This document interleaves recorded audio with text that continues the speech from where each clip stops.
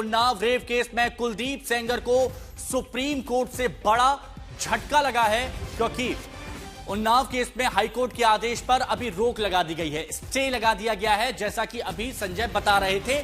और अब 4 हफ्ते बाद इस मामले में सुनवाई की जाएगी कि जमानत मिलनी चाहिए या नहीं मिलनी चाहिए, राहत मिलनी चाहिए या नहीं मिलनी चाहिए। यह बड़ी खबर इस वक्त की बता रहे हैं। उन्नाव केस में हाईकोर्ट के आदेश पर सुप्रीम कोर्ट की तरफ से फिलहाल अभी रोक लगा दी गई है। अगली सुनवाई तक के लिए कुलदीप सेंगर को यह झटका कहा जा सकता है और कुलदीप सेंगर की अभी राहत की उम्मीदें बिल्कुल नहीं है। सुप्रीम कोर्ट ने दिल्ली हाईकोर्ट के फैसले पर अभी स्टे लगाया है। थोड़ा सा और स्पष्ट अगर संजय आप बता सके कि 2 हफ्ते का वक्त नोटिस के लिए और 4 हफ्ते बाद सुनवाई होगी जमानत पर, सही हूं मैं?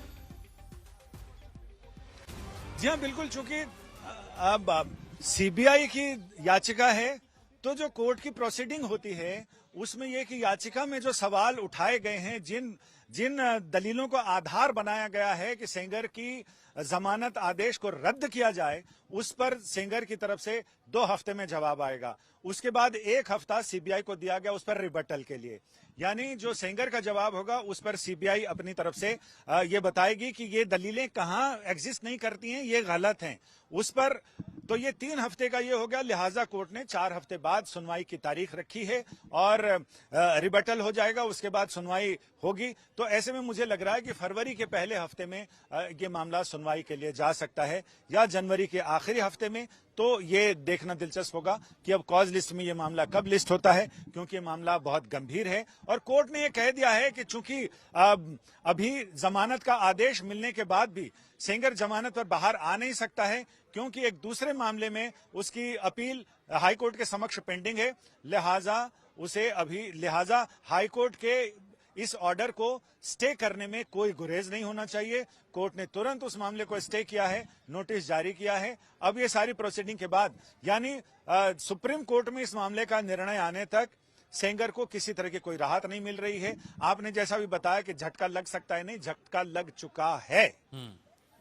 और ये मामला ये कहा जा सकता है कि एक तो पोक्सो और 376 में जो दोष सिद्धि हुई और उसके बाद हाईकोर्ट के फैसले पर जो स्टे रखा गया है, तो ये बात कही जा सकती है कि सुप्रीम कोर्ट ने इस मामले की गंभीरता को रखा है। जी कुछ कह रहे हैं संजय, प्लीज बोलिए। लेकिन उससे पहले अधिवक्ता क्या कह रही है वो सुन लेते हैं। मैं आ रहा हूं। विक्ट्री नहीं मिलती तो मुझे लगता है वो विक्ट्री नहीं हो पाती। आई थिंक अपने पिटीशन में हम किन बातों को हाईलाइट करेंगे? पिटीशन अभी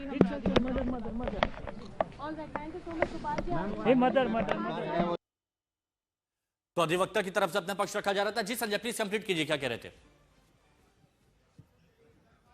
हाँ, इसमें 3 बड़े आरोप हैं। एक तो ये कि पॉक्सो एक्ट है, नाबालिग के साथ रेप है। दूसरा पेनिट्रेशन वाला सेक्सुअल असॉल्ट है। तीसरा ये कि 376 है, यानी रेप का मामला है। और परिवार को धमकाने का, उसके पिता की हत्या के आरोप के छींटे भी सेंगर तक गए हैं, लिहाजा उसमें भी इनको 10 साल की सजा मिली है, उसमें भी इनका हाथ प्रूफ हुआ है। तो ये 3-4 बड़े मैटर हैं जिस पर लोअर कोर्ट ने, ट्रायल कोर्ट ने रिलाई किया है और उस पर उनको एक मामले में, यानी नाबालिग से रेप करने के मामले में उनको पॉक्सो एक्ट और 376 उसमें उनको उम्र कैद की सजा सुनाई है। यानी अब एक चीज और बताऊं, उम्र कैद, कोर्ट का ये कहना है कि हमारे उम्र कैद के आदेश का मतलब है टिल लास्ट ब्रीथ ही और she have to behind the bar. लेकिन उसी समय सरकार को ये अधिकार रहता है, यानी राज्यपाल को या उपराज्यपाल को, कि वो सजा को कम कर सकता है, वो उनका विशेषाधिकार है। तो सरकार जब ये देखती है कि आधे से ज्यादा सजा बीत चुकी है और आदमी की उम्र, सेहत, उसके कंडक्ट, जेल में कंडक्ट, इन तमाम चीजों को देखते हुए उसे राहत मिलती है। तो ऐसे में आधी सजा कम से कम किसी राज्य में 16 साल है, किसी में 20 साल है, किसी में 14 साल है, तो उतनी सजा काटने के बाद फिर सरकार का ये विशेषाधिकार है कि वो उसको रिहा कर सकता है। लेकिन अभी तो सिर्फ 7 साल हुए हैं। तो ऐसे में जिस तरह से हाईकोर्ट ने ये इनको राहत दी है, उस पर सवाल उठने लाजमी थे, क्योंकि अपराध बहुत गंभीर है, ये बहुत ही जघन्य अपराध हैं और एक जनप्रतिनिधि द्वारा किए गए अपराध हैं। तो ये अपने आप में बहुत गंभीर मामला है। लिहाजा सुप्रीम कोर्ट ने हियरिंग की शुरुआत में ये कह दिया कि वो तो इस मामले पर हाईकोर्ट के आदेश पर रोक लगाने के इच्छुक हैं। आप बताइए कि क्यों ना हाईकोर्ट के आदेश पर रोक लगा दी जाए। उस पर दलीलें तो दी गई, लेकिन बाद में कोर्ट ने कहा कि हम इस पर नोटिस जारी करते हैं और आपको रिबेटल के लिए 2 हफ्ते का वक्त देते हैं। सीबीआई को 1 हफ्ते का वक्त है, 4 हफ्ते बाद अगली सुनवाई।